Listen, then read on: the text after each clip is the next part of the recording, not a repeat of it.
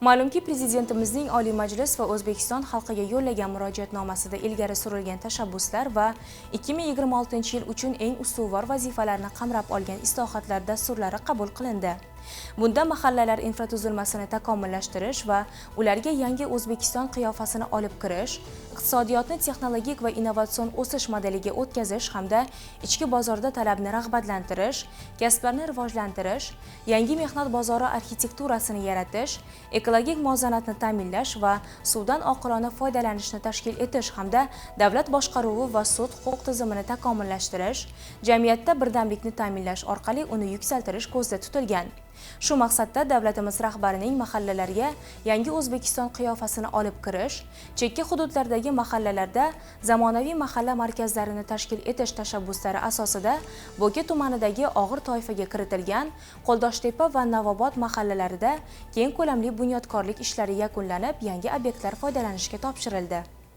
Tumanning ushbu ikki mahallasida Respublika ishchi guruhi tomonidan mutasaddi vazirlik va idoralar, Toshkent viloyati hokimligi hamda prokuratura organlari bilan hamkorlikda olib borilgan bunyodkorlik, obodonlashtirish ishlari o'tgan yilning sentyabr oyida boshlanib, 2026-yilning yanvar oyida nihoyasiga yetkazildi. Mahallalarning ramziy ochilish marosimida O'zbekiston faxriylarini ijtimoiy qo'llab-quvvatlash nuroniy jamg'armasi raisi, viloyat va tuman mutasaddilari, mahalla faollari, deputatlar, otaxon va onaxonlar, yoshlar hamda keng jamoatchilik vakillari ishtirok etdi. Karnay-surnay sadolari yangragan, milliy qadriyatlar aks etgan, yoshu qari qalbida shukronalik hissi hukm surgan tadbirda mehmonlar mahallalardagi yangilangan infratuzilma obyektlar bilan tanishdilar, yaratilgan sharoitlarni o'rganib, mahalliy aholi bilan muloqot qildilar. Men bu dargohlarda oldin bo'lganman-da, bu odam qadam qo'ygisi kelmasdi. Rosti, qishloqda shunday mahalla bo'lish mumkinligini taniy olmay qoldik-da. Kim nimani ro'zg'origa qidirib chiqsa uyidan, shuni qishloq markazidan, mana shu yerda yaratilgan sharoitlardan topadigan bo'pti. U o'ziga ozgina oro bermoqchi bo'lgan ayollarni alohida demak bir xonalar mavjud. Erkaklar uchun masalan sartosh xonalar deymizmi, qishloq ayollarini masalan chevar bo'laman degani uchun mana kasb o'rgatadigan xonalarni, yoshlar o'qiyman desa bevosita ham kompyuterlar qo'yilgan zamonaviy bir kichkina kutubxonani o'zini ochilishi. Xullas bu qishloqda yaratilgan sharoit bu yangi O'zbekiston qudratining timsoli. Hurmatli prezidentimiz olib borayotgan oqil dono siyosatni mevasi. Qo'ldoshtepa mahallasi hududida zamonaviy mahalla markazi, nuroniylar maskani, yangi kutubxona, tikuvchilik va kasb-hunarga ixtisoslashgan o'quv markazi barpo etildi. Mavjud tibbiyot punkti to'liq ta'mirlanib, zamonaviy jihozlar bilan ta'minlandi. Ikkita oilaviy maktabgacha ta'lim tashkiloti tashkil etildi. Natijada 95 nafar bola maktabgacha ta'lim bilan qamrab olindi va 8 nafar ayol doimiy ish o'rniga ega bo'ldi. Biz 1951-yil Qashqadaryo viloyatidan ko'chib kelgan bo'lsak, hal bu darajadagi sharoitni ko'rmaganmiz. Hozirgi qishloq mahallamizning sharoiti viloyatda ayrim markazlardan qolishmaydi. Prezidentimiz topshirig'i bilan shu mahallamizga kelgan insonlar, boshliqlar bog'chalar qurdirdi. Ikkita uy bog'chasi. Shu bilan bir qatorda tikuv sexi qurildi. Endi mahallamiz nihoyatda obod bo'lib ketganligi idoramizdan tortib to sartaroshxona va choyxonagacha qurildi.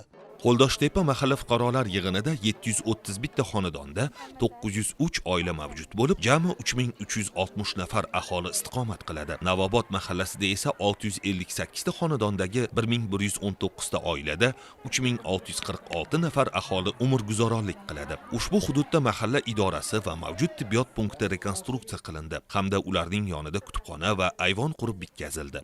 Shuningdek, xotin-qizlarga tikuvchilikni o'rgatishga ixtisoslashgan markaz tashkil etildi. Savdo do'konlari va xizmat ko'rsatish maskanlaridan iborat zamonaviy mahalla markazi. Shuningdek, mahalla ixtisoslashuv drayveridan kelib chiqqan holda veterinariya shoxobchasi tashkil qilindi. Bundan tashqari, yopiq mini futbol maydonchasi, bolalar sport o'yingohlari, basketbol va voleybol maydonchalari hamda workout maydoni qurib bitkazildi.